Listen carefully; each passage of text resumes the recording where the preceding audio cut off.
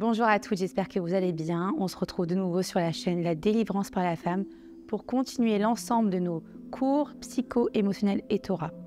Alors, comme dans la dernière vidéo, nous avons parlé de la tchouva, de la faute d'Adam et Chava et de l'ensemble des éléments qu'on doit comprendre par rapport à cela dans notre monde et pouvoir l'intérioriser pour le mettre en application, il est important de continuer ce cours et de comprendre l'importance de la faute qui a été faite et également du bien et du mal qui ont été mélangés.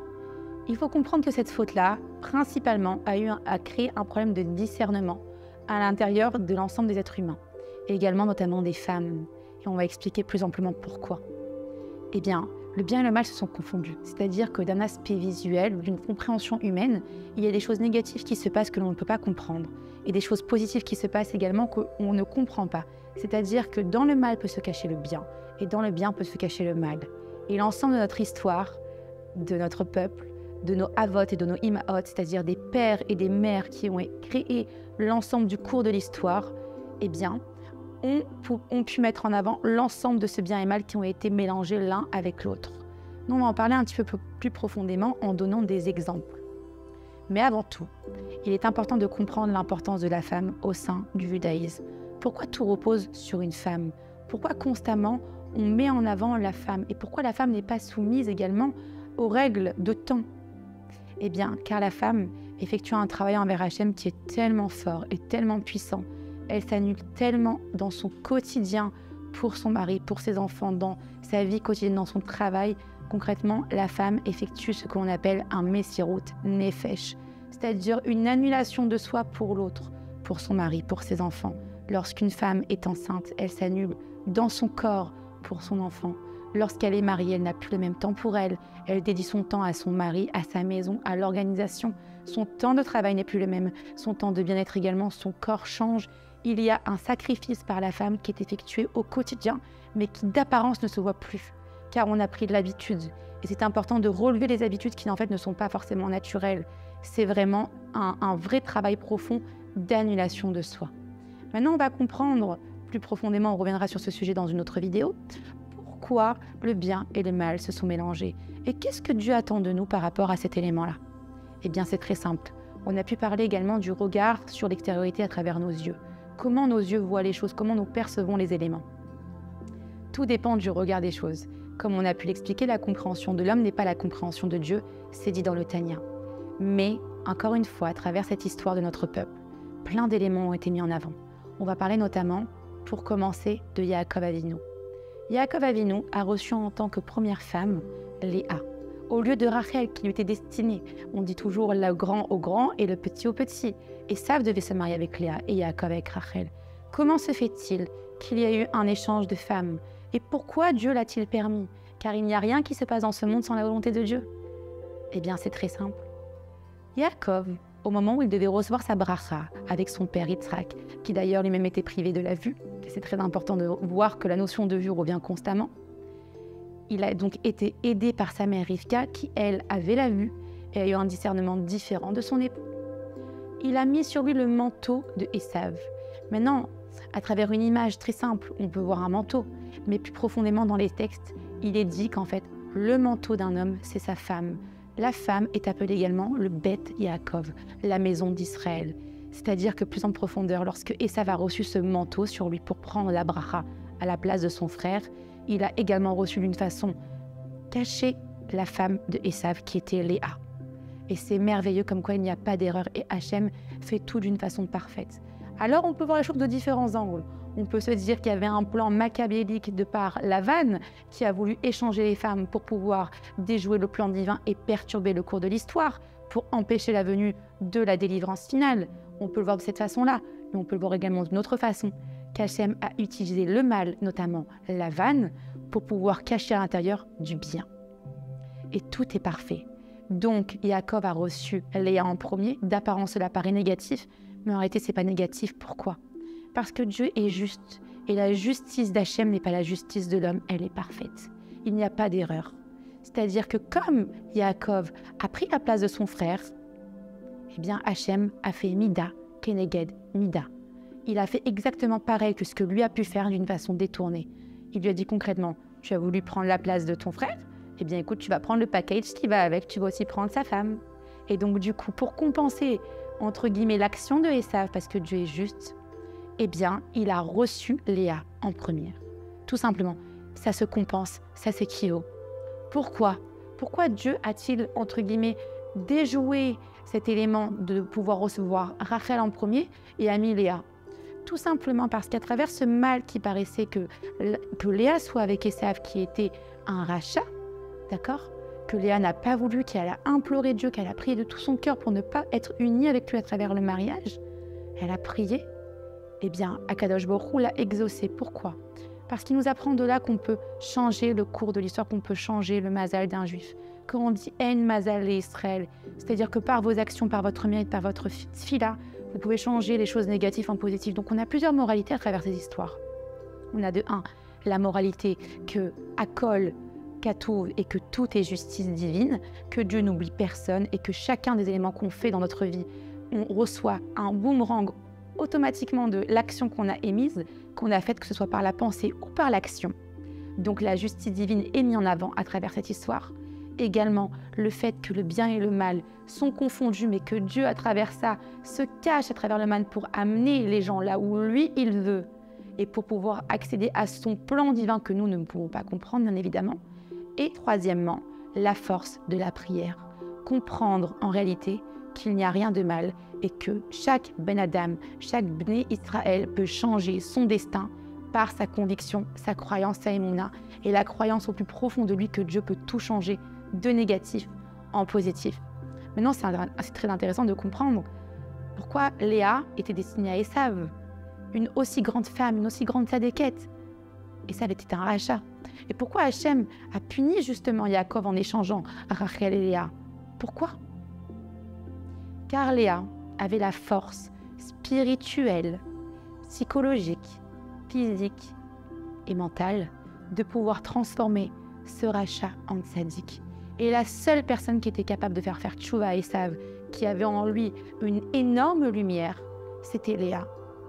Et là, on apprend l'importance de la zoukiout, l'importance du couple, l'importance du choix du conjoint. Il n'y a pas d'erreur.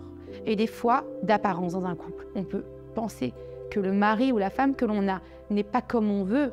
Mais sachez que si Dieu vous a mis ensemble, c'est que l'un ou l'autre peut influencer et qu'il y a une mission ensemble, qu'il y a un tikkun, une réparation ensemble. Et Akadosh Baruch Hu, il a vraiment voulu nous faire comprendre à travers cette histoire que tout est juste, que tout est parfait. Et la force du juif, qui est la prière. Quelle est la force du juif? C'est quoi la vraie force? On dit la prière, mais la prière, ça passe par quoi? Ça passe par la parole. La plus grande force du Ham Israël, c'est la parole, c'est l'influence. Vous pouvez influencer quelqu'un uniquement par votre parole, par votre façon de parler, par votre façon de pouvoir transmettre ce que vous ressentez. Vous avez différents moyens d'exprimer ce qui se passe dans votre neshama. C'est par vos actions, mais avant l'action, qu'est-ce qui se passe?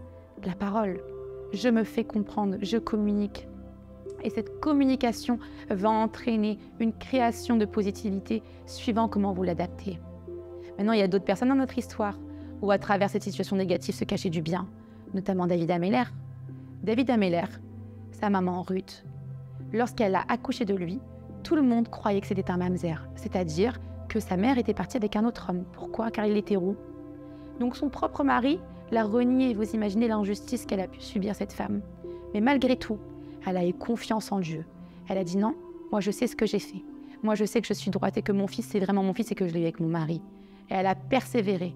D'elle est sorti David Améler. Comment on peut comprendre ça? Comment on peut se dire quoi à travers toute cette histoire où une femme a souffert, où un enfant a été rejeté par ses frères et sœurs, où un enfant a été rejeté par son propre père? Comment est-il possible que sorte David Améler? Eh bien, tout le temps dans le même modèle. À travers une situation très négative se cache toujours une lumière énorme. Dieu utilise le mal pour se cacher. Pourquoi? Car si tout était dévoilé d'une façon positive, le Yetzer Hara, le côté négatif de ce monde, attaquerait beaucoup plus facilement les choses.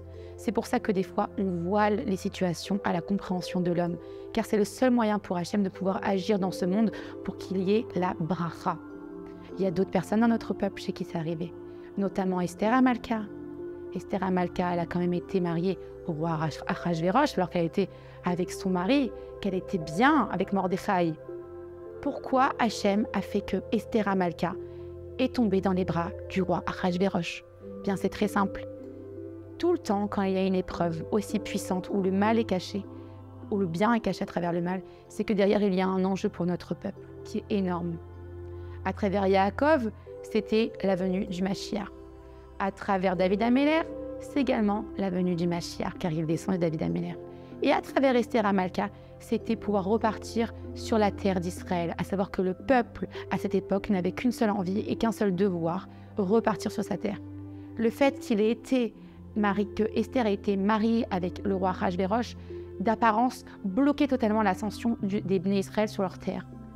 Mais Akadosh Baruch Hu a profité justement de ce rocher, de cette obscurité, pour mettre à l'intérieur de cela de la lumière et sauver le Ham Israël. Pourquoi? Car le roi Achashvérosh avait reçu une lettre d'un autre roi disant qu'il voulait anéantir le peuple d'Israël et les empêcher de monter en terre d'Israël. Et la façon qu'Esther a été avec lui et le fait qu'elle ait été cachée à travers cette obscurité a permis à Esther de déjouer le plan négatif qui avait été mis en avant, notamment par son action envers le roi Achashvérosh. Elle a pu le convaincre concrètement de ne pas accepter l'ensemble des éléments qui lui avaient été envoyés par courrier concernant le peuple d'Israël. Donc, qui a sauvé de nouveau le peuple d'Israël? Esther. Mais elle a dû par ailleurs être cachée à travers ce mal pour pouvoir agir. Car si elle avait été à l'œil nu, elle n'aurait pas pu agir. Et c'est tout le temps comme ça. Tout le temps. Et de là, on apprend aussi une chose importante. Comme j'ai pu expliquer, la force de la femme, c'est le Messirut Nefesh. C'est l'annulation de soi pour Dieu. Toutes les grandes femmes de l'histoire se sont annulées dans leur désir personnel pour Hachem. Rachel a laissé sa place à sa sœur, lui a donné les codes de la compréhension pour l'union avec Yaakov, jusqu'à se cacher sous le lit pendant l'union et lui siffler les codes. Vous imaginez la souffrance de cette femme, de voir l'homme qu'elle aime avec sa sœur, et en plus de l'encourager, de lui donner les codes pour y aller. C'est une annulation totale de son être. Pourquoi elle a fait ça? Car elle a dit une seule chose: Hachem, moi je ne comprends pas ce qui se passe, il m'était destiné. Mais si toi tu fais que cette situation se passe et que tu laisses cette situation se passer, c'est que toi tu en connais les raisons et les causes. Et qui suis-je moi pour pouvoir interagir dans ton plan divin? Toi tu sais, moi je ne sais pas, mais comme toi tu sais Hachem, j'accepte ta volonté. C'est ce qu'a fait Rachel. De là, on a tiré la grandeur de Rachel. Esther, à travers le Télim que le roi David a pu écrire, le dit à Kadosh Baruch Hu. Je n'ai plus de raison, je suis désespérée, je ne tiens plus, je ne comprends pas. Mais elle a dit concrètement, perdu pour perdu, et ben j'y vais. Ça veut dire quoi? Ça veut dire que concrètement, Esther Amalka s'est résignée dans la volonté de Dieu. C'est quoi se résigner dans la volonté de Dieu? Ça peut être perçu très négativement, mais en réalité c'est hyper positif. Ça veut dire que vous lui faites pleinement confiance et que vous remettez toute votre confiance en lui. Et il n'y a rien de plus haut niveau que dire Dieu, je ne comprends pas, mais toi tu comprends, donc je te laisse gérer ton monde. J'agis, je fais ma ishtadout, je fais mon derer, je fais l'ensemble des éléments qui me sont possibles en tant qu'être humain, mais le reste et la finalité t'appartient. Donc concrètement, il n'y a pas de mal dans ce monde, il n'y a que du bien. Mais nous les femmes, on est soumises à un problème de discernement beaucoup plus grand que les hommes. Si vous avez fait attention, toujours physiologiquement, Hachem nous parle, pas que spirituellement, dans notre corps, dans la façon dont notre corps est créé, il y a des messages codés. La femme est hormonale. C'est quoi hormonal contrairement à l'homme? C'est-à-dire que la femme va avoir une variation d'émotions concrètement durant son mois. Cette variation d'émotions va empêcher le discernement de la femme. Pourquoi?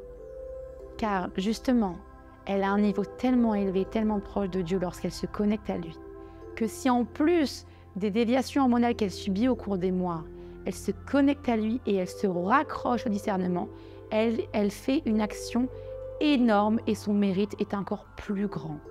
C'est pour ça qu'on dit que la Géoula viendra par la femme, car le mérite de la femme est énorme, car elle est soumise à différentes agressions dans son quotidien, elle est soumise à différentes pressions, et pourtant, c'est elle qui transmet la Torah à sa famille. C'est elle la garante de la Torah dans sa famille. C'est grâce à son annulation, à sa détermination qu'elle peut influencer non seulement son mari, ses enfants, mais aussi le monde. Aussi le monde. Toutes les femmes de notre histoire qui ont agi pour Hachem d'une façon désintéressée pour Dieu et pas pour elle, ont sauvé notre peuple. Toutes. Donc mesdames, vous avez un rôle extrêmement important à jouer face à Hachem. Vous devez avant tout vous reconnecter à vous, comprendre l'importance de votre grandeur, comprendre également qu'il n'y a pas de mal dans ce monde. C'est une illusion. Ce monde est comme une grande pièce de théâtre. On a l'impression qu'il y a des choses négatives, mais en fait, à travers cette négativité se cache une lumière pour que Dieu agisse de façon cachée. C'est volontaire. Et lorsque l'on comprend cette façon de voir les choses, lorsqu'on va activer cette vision des choses, la vie devient beaucoup plus simple. Parce qu'on n'a plus qu'à avancer et à laisser Hachem nous guider. Maintenant, il y a autre chose également. C'est qu'effectivement, le mal et le bien se sont mélangés, qu'on a un problème de discernement aujourd'hui. Mais il n'y a pas que ça. Il y a aussi l'ensemble des actions de la femme qui changent le monde. Je vous explique. Dans votre quotidien, une femme est le miroir de son mari. Elle porte en elle la force spirituelle de son mari. C'est pour ça que tous les grands hommes de l'histoire, lorsqu'ils n'ont pas eu la femme qui leur était destinée au bon moment, n'ont pas pu effectuer leur mission pour Hachem. Et c'est marrant, Rabbi Akiva, par exemple, a pu recevoir ses forces spirituelles quand? Lorsqu'il s'est marié avec Rachel. Yaakov a pu être complet quand? Et à quel moment? Lorsqu'il s'est marié avec Rachel également. Donc chaque personne qui se marie avec le bon conjoint, avec la bonne femme, peut faire sa avodat Hachem. Pourquoi Moshe Rabbeinu a reçu sa névoie au moment où il a été avec Tzipora et pas avant, alors qu'il avait une autre femme avant? Encore une fois, parce qu'à travers la neshama de cette femme se cachait la lumière d'Hachem et la force spirituelle. Donc les femmes, vous avez un énorme rôle à jouer avec votre mari. Peu importe comment votre mari est, sachez que vous pouvez transformer tout le mal qui est en lui en positivité. Et réjouissez-vous chaque instant de pouvoir avoir cette force de changer les choses. Maintenant, il y a autre chose qui est très important à mettre en avant. Au niveau de la perception, qu'est-ce qui empêche une personne de faire sa avodat Hachem? Qu'est-ce qui empêche une personne durant son épreuve, qui paraît tellement noire et obscure, de pouvoir avancer vers Dieu? Il y a la peur, il y a le doute, il y a la peine. Ces trois notions émotionnelles sont un barrage complet pour sa avodat Hachem. D'ailleurs, comment on l'apprend? Lorsque Yaakov Avinu a appris que son fils Yosef avait été, d'après ce qu'il avait compris, mort, de par ce que ses frères leur avaient dit, alors qu'il était concrètement dans un puits, qu'est-ce qui s'est passé? La peine l'a envahi, son Ruach HaKodesh l'a quitté. Son Ruach HaKodesh, vous imaginez ce que ça veut dire? Ça veut dire qu'on ne peut pas avoir de connexion avec Hachem lorsqu'on a de la peine. Ça veut dire que concrètement, le discernement qu'on doit avoir en tant que femme est de pouvoir réellement gérer nos émotions pour ne pas laisser la peine rentrer, pour qu'on puisse être constamment dans la joie. Car la joie, c'est la plus grande de toutes les protections que vous pouvez avoir. Si vous êtes joyeuse, si vous avez la émouna. Parce que même s'il y a des choses négatives, si vous avez la joie en vous, vous pouvez que vous réjouir et Dieu peut que vous récompenser. Et la plus grande preuve d'amour que vous pouvez faire pour Hachem, c'est lui montrer que malgré l'épreuve que vous vivez, et je sais qu'il y a des épreuves difficiles, c'est que votre cœur reste joyeux. Comment rester joyeux maintenant? C'est une bonne question, comment on peut faire? Il y a des épreuves qui sont tellement dures dans ce monde. Comment on peut faire? C'est très simple. Il faut absolument comprendre pourquoi déjà il y a la peine qui rentre. Hachem nous fait rentrer dans un état de peine très fort pour qu'il y ait un vide qui se crée en nous et qu'il puisse nous donner une lumière qui rentre en nous, qui va nous rapprocher de lui.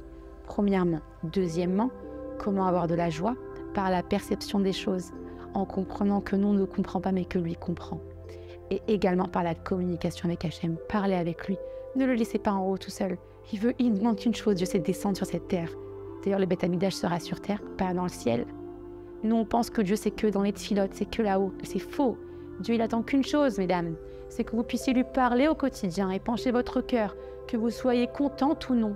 Parce que cette communication, à l'image d'un couple, dans les Shalom Bayit, qu'est-ce qui crée l'amour entre un couple? C'est la communication. Si vous voulez créer l'amour avec Hachem, c'est en lui parlant. Et cet amour-là va vous remplir de joie. Quand une fille aime quelqu'un, aime son mari, est amoureuse en chidour, qu'est-ce qui se passe? Il y a de la joie. Cette joie, elle brise tout. Elle nous met à un niveau de discernement qui est lié à la positivité, qui permet de recevoir toutes les forces d'Hachem. Et cette joie-là, on peut toute l'activer en nous. Ça demande de prendre un peu de recul. Et comme je dis tout le temps, la vie, c'est comme une grande pièce de théâtre. On ne comprend que ce qu'on veut comprendre.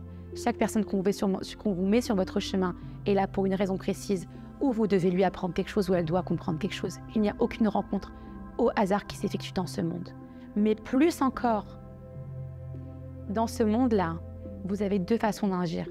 Ou vous êtes spectateur, vous regardez, vous analysez votre vie, ou vous êtes acteur. Et dans la vie, il faut savoir être les deux. Il faut prendre du temps des fois pour se mettre en recul et pouvoir analyser ce que l'on vit, pour avoir justement ce discernement et activer la joie en nous. Et des fois, nous sommes acteurs, c'est à nous d'agir. Et bien, c'est comme ça dans la vie. C'est ça qu'Hachem attend de nous. Qu'on sache aller à recul pour faire une introspection, comprendre qu'est-ce qui se passe dans notre vie et mieux agir. Et des fois, il nous demande de foncer. Et je ne sais pas si vous avez fait attention sur cette même notion d'acteur et de récepteur. Qu'est-ce qui unit le plus les êtres humains du monde entier dans notre quotidien, dans ce monde? Si vous vous posez 2 secondes la question, quel événement permet aux gens de se regrouper Bessimcha? Ce sont toujours des événements qui procurent la joie, notamment les humoristes, également les sports tels que le foot, le basket. Pourquoi il y a autant de personnes de différentes cultures, de différentes religions qui s'unissent tous ensemble, qui se rassemblent dans le même kiboun, dans le même chemin, à travers la joie d'y aller, la joie de rigoler? Comment c'est possible? C'est très simple, car justement la joie c'est ce qui unit, la joie c'est ce qui permet la hardoute. Et si vous activez cette joie en vous, vous allez la transmettre automatiquement, car on est toujours un miroir. Si je vous souris, vous allez sourire. Si je viens avec une tête qui est pas agréable, je mets une atmosphère automatiquement. C'est pareil dans votre maison. Quand vous passez la porte de votre maison, vous faites un grand sourire à votre mère et vos enfants, vous influencez. Quand vous êtes avec vos amis et que vous êtes positive, vous influencez, et ainsi de suite. Et là, vous pouvez transmettre cette joie. Et rappelez-vous toujours que ce qui unit le plus le Ham Israël et même le monde entier, c'est la joie. Car si nous sommes joyeux, nous sommes également en paix. Et tout le monde peut l'activer. Étant donné qu'on est capable de se réunir tous dans une pièce de théâtre pour écouter le même humoriste, ou d'aller dans un stade de foot et tous regarder le foot, on est aussi capable au quotidien de le faire. Il ne faut pas segmenter les choses dans la vie. Le shoresh, l'élément de fond est le même. Ça dépend de vous de l'activer. Et vous en êtes toutes capables. Je vous dis à très vite pour une prochaine vidéo.